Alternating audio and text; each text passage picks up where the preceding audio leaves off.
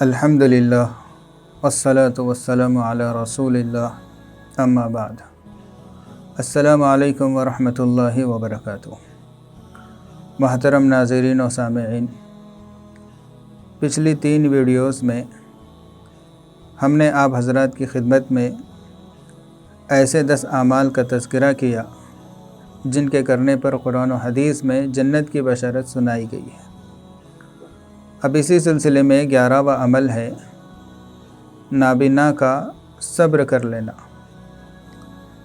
حدیث پاک میں حضرت انس رضی اللہ تعالیٰ عنہ سے مروی ہے کہ رسول اللہ صلی اللہ علیہ وسلم نے ارشاد فرمایا، اللہ تعالیٰ فرماتے ہیں کہ میں کسی بندے کو اس کی 2 محبوب چیزیں یعنی اس کی 2 آنکھوں کے سلسلے میں آزماتا ہوں، یعنی اس کی بینائی کو سلب کر لیتا ہوں اور اس کو نابینا پیدا کرتا ہوں،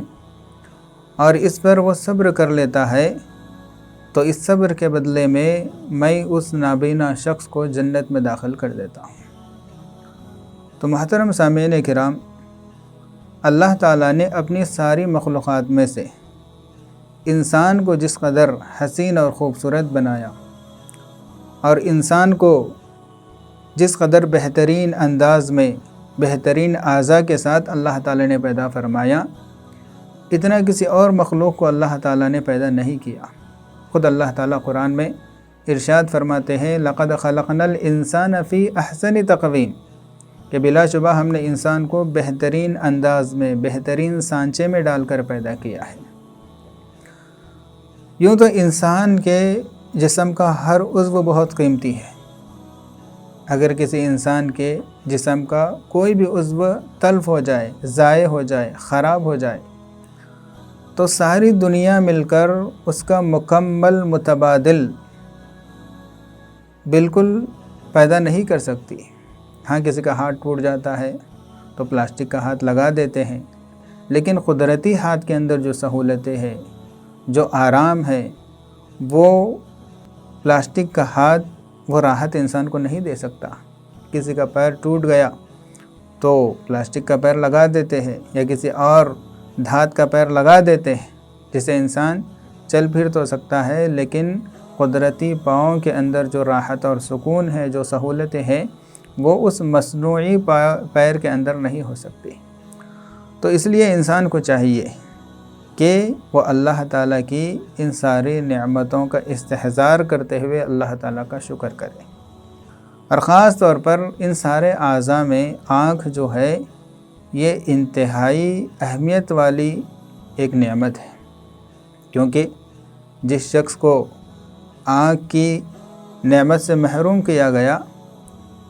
گویا کہ اس کے لیے دنیا ایک اندھیری کوٹھری ہے۔ اس کے لیے دن کے اجالے اور رات کے اندھیرے کوئی معنی نہیں رکھتے، دن رات اس کے لیے گویا کہ ایک ہو جاتے ہیں، اور دنیا کا جو تماشا ہے یہ اس کے لیے کوئی معنی نہیں رکھتا۔ تو یہ جو بینائی ہے، یہ جو بصارت ہے، یہ اللہ تعالیٰ کی بہت بڑی قدرت ہے۔ اس کے بغیر ساری کائنات اس کے لیے گھپ اندھیرا ہے۔ اور یہ آنکھ صرف بینائی کا ایک ذریعہ نہیں ہے، بلکہ آنکھ کے ذریعے سے انسانی احساسات کا بھی پتہ چلتا ہے کہ انسان کی نظروں کو دیکھ کر سمجھ سکتے ہیں کہ اس کے دل کی کیفیت کیا ہے، یہ اندرونی طور پر خوش ہے یا غم زدہ ہے، راضی ہے یا ناراض ہے، یہ کسی چیز کا ہم سے مطالبہ کرتا ہے یا کسی چیز کا انکار کرتا ہے۔ یہ ساری چیزوں کا اندازہ لگایا جا سکتا ہے، بلکہ کبھی کبھی تو صرف انسان کی نظروں کو دیکھ کر اس کی شخصیت کا اندازہ لگایا جا سکتا ہے۔ اسی لیے کسی شاعر نے کہا، حال کہہ دیتے ہیں نازک سے اشارے اکثر، حال کہہ دیتے ہیں نازک سے اشارے اکثر، کتنی خاموش نگاہوں کی زباں ہوتی ہے۔ تو آنکھ اور بینائی یہ اللہ تعالیٰ کی بہت بڑی نعمت ہے، لیکن اللہ تعالیٰ اگر اپنی مرضی سے کسی انسان کو، کسی مومن کو اس نعمت سے محروم رکھتے ہیں، اور وہ مومن بندہ اللہ تعالیٰ کے اس فیصلے سے راضی رہتا ہے اور یہ کہتا ہے کہ اللہ نہ عروج اچھا نہ زوال اچھا، خدا جس حال میں رکھے وہ حال اچھا، یہ کہہ کر ہر حال میں اللہ تعالیٰ کا شکر کرتا ہے تو اللہ تعالیٰ اس کے صبر اور شکر کے بدلے میں اس کو جنت میں داخل فرمائیں گے۔ تو دوسری طرف اللہ تعالیٰ نے جس انسان کو صحیح سالم بنایا ہے، اس کے اندر کوئی کمی کوتاہی نہیں رکھی، وہ دیکھ سکتا ہے، وہ بول سکتا ہے، وہ سن سکتا ہے، وہ چل سکتا ہے، پھر سکتا ہے اور دیگر امور اپنے ہاتھوں سے انجام دے سکتا ہے، تو اس کو چاہیے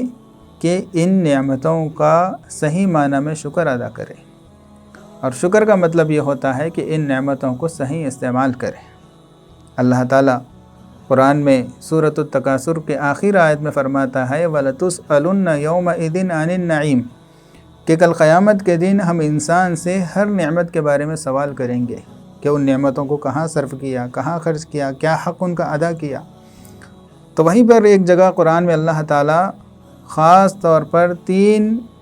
نعمتوں کا، 3 اعضاء کا تذکرہ کرتے ہیں اور کہتے ہیں کہ ان السمع والبصر والفؤاد کل اولئک کانوا عنہ مسئولا، یعنی انسان سے اس کے نگاہوں کے بارے میں اور اس کے کانوں کے بارے میں اور اس کے دل کے بارے میں سوال کیا جائے گا۔ لہٰذا ہماری یہ ذمہ داری بنتی ہے کہ ہم ان اعضاء کا استعمال صحیح کریں۔ ہم زبان سے صرف اچھی بات کہیں، اللہ تعالیٰ کا ذکر کریں، اللہ تعالیٰ کے دین کی دعوت دیں، غیبت سے اور ہر طرح کی برائی سے اور غلط بات کہنے سے زبان کی حفاظت کریں، اور کانوں سے اچھی باتیں سنیں، قرآن سنیں اور اچھے بیانات سنیں اور اللہ تعالیٰ کی تعریف سنیں، اور غیبت سننے سے، جھوٹ سننے سے اور موسیقی اور گانے بجانے سننے سے، ان سارے خرافات سے اپنے کانوں کی حفاظت کرنا، اور دل سے اچھا سوچیں اور نگاہوں سے اچھی چیزیں دیکھیں، اللہ تعالیٰ کی قدرت کے نظاروں کو دیکھیں اور اپنے ایمان کو تازہ کرتے رہیں۔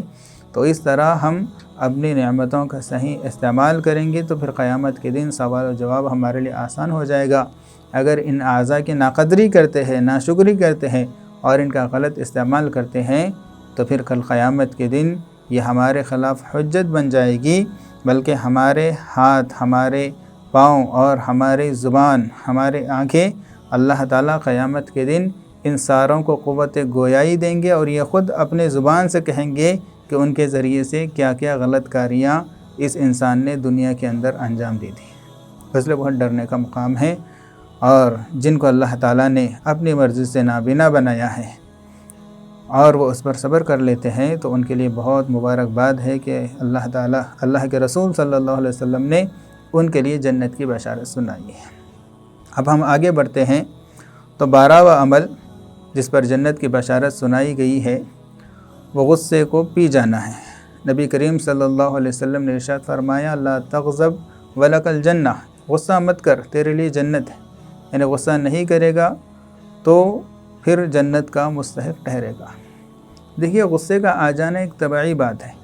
انسان کو جب کبھی اس کے مزاج کے خلاف کوئی بات پیش آ جاتی ہے تو اس کو غصہ آ جاتا ہے، اور یہ غصے کا آ جانا کوئی بری بات نہیں ہے، کوئی عیب نہیں ہے، بلکہ غصہ تو اللہ اور اس کے رسول کو بھی آتا ہے۔ اللہ تعالیٰ خود قرآن پاک میں ارشاد فرماتے ہیں وَبَاءُوا بِغَضَبٍ مِّنَ اللَّهِ کہ یہ یہود اللہ تعالیٰ کے غصے کے شکار ہو گئے۔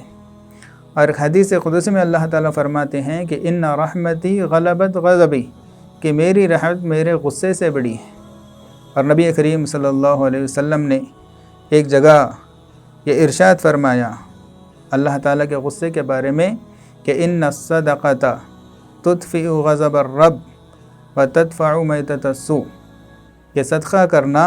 یہ اللہ تعالیٰ کے غصے کو ٹھنڈا کرتا ہے اور بری موت سے بچاتا ہے۔ تو ان ساری باتوں سے پتہ چلا کہ غصے کا آنا کوئی بری بات نہیں ہے، کوئی عیب کی بات نہیں ہے، کیونکہ اگر یہ کوئی عیب ہوتا یا کوئی برائی ہوتی تو اللہ تعالیٰ کو غصہ نہیں آتا، کیونکہ اللہ تعالیٰ تو ہر عیب سے پاک ہے۔ اور خود رسول اللہ صلی اللہ علیہ وسلم جو کہ اخلاق کے سب سے اعلیٰ نمونے ہیں، سب سے اعلیٰ مثال ہے، تو رسول اللہ صلی اللہ علیہ وسلم کو بھی جب خلاف شرع کسی بات کا سامنا ہوتا تو آپ صلی اللہ علیہ وسلم کو غصہ آ جاتا تھا۔ صحابی فرماتے ہیں کہ ایک مرتبہ ہم لوگ بیٹھے ہوئے تھے اور آپس میں تقدیر کے مسئلے کو لے کر بحث و مباحثہ کر رہے تھے، کیونکہ شریعت کے اندر نبی کریم صلی اللہ علیہ وسلم نے بھی تقدیر کے مسئلے میں زیادہ الجھنے سے عوام کو منع فرمایا ہے۔ تو وہ صحابہ کرام بیٹھ کر تقدیر کے مسئلے میں بحث و مباحثہ کر رہے تھے، بات چیت کر رہے تھے، تو آپ صلی اللہ علیہ وسلم وہاں پر پہنچ گئے۔ تو آپ صلی اللہ علیہ وسلم نے جب دیکھا کہ تقدیر کے مسئلے کو لے کر بحث و مباحثہ کر رہے ہیں تو آپ کو اس قدر غصہ آیا کہ غصے کی وجہ سے آپ کا چہرہ سرخ ہو گیا تھا۔ اور آگے چل کر یہ فرماتے ہیں وہ صحابی کہ گویا کہ ایسا محسوس ہو رہا تھا کہ آپ صلی اللہ علیہ وسلم کے چہرے مبارک پر انار کے دانے نچوڑ دیے گئے ہوں، یعنی اس قدر آپ صلی اللہ علیہ وسلم کا چہرہ مبارک سرخ اور لال ہو گیا تھا غصے کی وجہ سے۔ تو اس سے پتہ چلا کہ غصے کا آنا کوئی بری بات نہیں ہے، لیکن اللہ تعالیٰ کو بھی غصہ آتا ہے۔ ہم کتنی نافرمانی اللہ تعالیٰ کی کرتے ہیں، کیسے کیسے اعمال ہم سے دن بھر میں صادر ہوتے ہیں جن سے اللہ تعالیٰ ناراض ہوتے ہیں، غصہ ہوتے ہیں، لیکن اللہ تعالیٰ غفور الرحیم ہے، اللہ تعالیٰ حلیم ہے، اللہ تعالیٰ معاف کرتے ہیں۔ اسی طرح اللہ تعالیٰ یہ چاہتے ہیں کہ انسان بھی ان لوگوں کو معاف کرے جس پر اس کو غصہ آیا ہے، اور اللہ تعالیٰ حلیم ہے، بردبار ہے، غصے کو پینے والے ہیں۔ تو اللہ تعالیٰ اپنے بندوں کے لیے بھی یہ پسند کرتے ہیں کہ انسان اپنے غصے کو پی جائے۔ یہی وجہ ہے کہ قرآن میں اللہ تعالیٰ نے ایک جگہ اہل جنت کا تذکرہ کرتے ہوئے، اپنے نیک بندوں کا تذکرہ کرتے ہوئے فرمایا وَالْكَاظِمِينَ الْغَيْظَ وَالْعَافِينَ عَنِ النَّاسِ، کہ جنت کے مستحق لوگ تو وہ ہوں گے، جنتی لوگ وہ ہوں گے جو اپنے غصے کو پی جانے والے ہوں گے اور لوگوں کو معاف کرنے والے ہوں گے۔ اسی طریقے سے ایک اور جگہ ارشاد فرمایا وَإِذَا مَا غَضِبُوا هُمْ يَغْفِرُونَ، جب ان کو غصہ آ جاتا ہے تو جن پر غصہ آیا ہے ان کو بخش دیتے ہیں، معاف کر دیتے ہیں، ان سے انتقام نہیں لیتے، اپنے غصے کو نافذ نہیں کرتے۔ تو اللہ اور اس کے رسول صلی اللہ علیہ وسلم چاہتے ہیں کہ مومن بندہ اپنے غصے پر کنٹرول رکھے۔ آپ صلی اللہ علیہ وسلم نے یہ ارشاد فرمایا کہ لیس الشدید بالسرعہ، کہ پہلوان وہ نہیں ہے جو اکھاڑے میں کسی پہلوان کو جو نہ پچھاڑ دے، دھول چٹا دے، بلکہ پہلوان تو وہ ہے جو غصے کے وقت اپنے آپ پر قابو رکھے، اپنے غصے پر کنٹرول کرے، یہ حقیقی معنی میں پہلوان ہے۔ اسی لیے شریعت کے اندر تعلیم دی گئی ہے کہ انسان اپنے غصے پر قابو رکھے، اور خاص طور پر اس کے جو مفاسد ہیں، اس کے جو خرابیاں ہیں ان کو ذہن میں لائے، کیونکہ غصے ہی کی وجہ سے عام طور پر بھائی بھائی میں اختلاف ہو جاتا ہے، میاں بیوی میں طلاق ہو جاتی ہے، دنگے فساد ہوتے ہیں، اختلافات ہوتے ہیں۔ تو ان ساری چیزوں کو سوچتے ہوئے سب سے پہلے جو کام کرنا ہے وہ شیطان مردود کی پناہ مانگنا ہے، شیطان مردود سے اللہ تعالیٰ کی پناہ مانگنا ہے۔ قرآن پاک میں اللہ تعالیٰ فرماتے ہیں وَإِمَّا يَنزَغَنَّكَ مِنَ الشَّيْطَانِ نَزْغٌ فَاسْتَعِذْ بِاللَّهِ، کہ جب شیطان کی طرف سے کوئی وسوسہ آ جائے، غصے کے وقت تو شیطان اس طاق میں رہتا ہے، کیونکہ شیطان رحمان کا نافرمان ہے، انسان کا دشمن ہے، تو وہ ہمیشہ کوشش کرتے رہتا ہے کہ انسان سے رحمان کی نافرمانی ہو جائے، کوئی کام انسان سے ایسا کرا دے جس سے اللہ تعالیٰ اس سے ناراض ہو جائے۔ تو ایسے وقت وہ اور اکساتا ہے اور وسوسے ڈالتا ہے اور غصے کو نافذ کرنے کا تقاضا کرتا ہے، تو شیطان کے شر سے اللہ تعالیٰ کی پناہ مانگنا چاہیے۔ اور دوسرے نمبر پر جو کام کرنا ہے وہ خاموش ہو جانا چاہیے۔ عام طور پر غصے میں اگر کچھ انسان بول دیتا ہے تو وہ ایسے ہی الفاظ نکلتے ہیں کہ آگے چل کر وہ خود پچھتاتا ہے کہ کاش مجھے ایسا نہیں کہنا چاہیے تھا۔ خاص طور پر میاں بیوی میں جب لڑائی ہو جاتی ہے، شوہر کو غصہ آ جاتا ہے، اٹھا کر 3 طلاق وہ دے دیتا ہے، اور پھر علماء کرام کے پاس آتا ہے اور کہتا ہے کہ میں نے غصے میں کہہ دیا ہے، کوئی راستہ نکالیے۔ بھائی علماء کرام شریعت بتانے والے ہیں، بنانے والے نہیں ہیں۔ جب شریعت کے اندر کوئی راستہ نہیں ہے تو علماء کرام کہاں سے نکالیں گے؟ جب اللہ نے قرآن کے ذریعے سے صاحب اس کا حکم بیان کر دیا کہ 3 مرتبہ جب طلاق دی گئی یا 3 طلاق دی گئی تو پھر اس کے بعد پھر واپسی کا کوئی موقع نہیں ہے۔ تو بہرکیف غصے کے وقت خاموش ہو جانا چاہیے، بلکہ خود نبی کریم صلی اللہ علیہ وسلم نے ارشاد فرمایا وَإِذَا غَضِبَ أَحَدُكُمْ فَلْيَسْكُتْ، کہ جب تم میں سے کسی کو غصہ آ جائے تو خاموش ہو جائے، یا خاموش ہونا وہاں پر بیٹھ کر ممکن نہیں ہے تو وہاں سے اٹھ کر چلے جائیں۔ اور تیسرا نسخہ نبی کریم صلی اللہ علیہ وسلم نے ایک دوسری حدیث میں غصے پر قابو پانے کا ارشاد فرمایا، یہ بتایا ہے کہ جب آدمی کو غصہ آ جائے وہ کھڑا ہوا ہے تو بیٹھ جائے، اور بیٹھا ہوا ہے تو لیٹ جائے۔ مراد یہاں پر یہ ہے کہ کوئی بھی ایسا کام کرے، یعنی اپنی حالت تبدیل کر لے، جیسا کہ تھوڑی دیر پہلے بھی میں نے کہا تھا کہ وہاں پر بیٹھ کر غصہ کنٹرول نہیں ہو رہا تو وہ مقام چھوڑ کر باہر چلے جائے۔ تو کوئی بھی ترکیب ایسی اختیار کرے جس سے آدمی کا غصہ ٹھنڈا ہو جائے۔ تو فرمایا کہ آدمی جب غصے کو پی جاتا ہے تو یہ اللہ تعالیٰ کا محبوب بندہ بن جاتا ہے، اور غصے کو پینے والا یہ جنت کا مستحق ہوتا ہے۔ اللہ تعالیٰ سے دعا ہے کہ اللہ تعالیٰ ہم تمام کو صحیح دین پر چلنے کی توفیق عطا فرمائیں، اور ہر طرح کے غلط کاریوں سے اللہ تعالیٰ ہماری حفاظت فرمائیں۔ جنت میں لے جانے والے اعمال کے ساتھ لگے رہنے کی اللہ تعالیٰ توفیق عطا فرمائیں۔ وآخر دعوانا ان الحمد للہ رب العالمین۔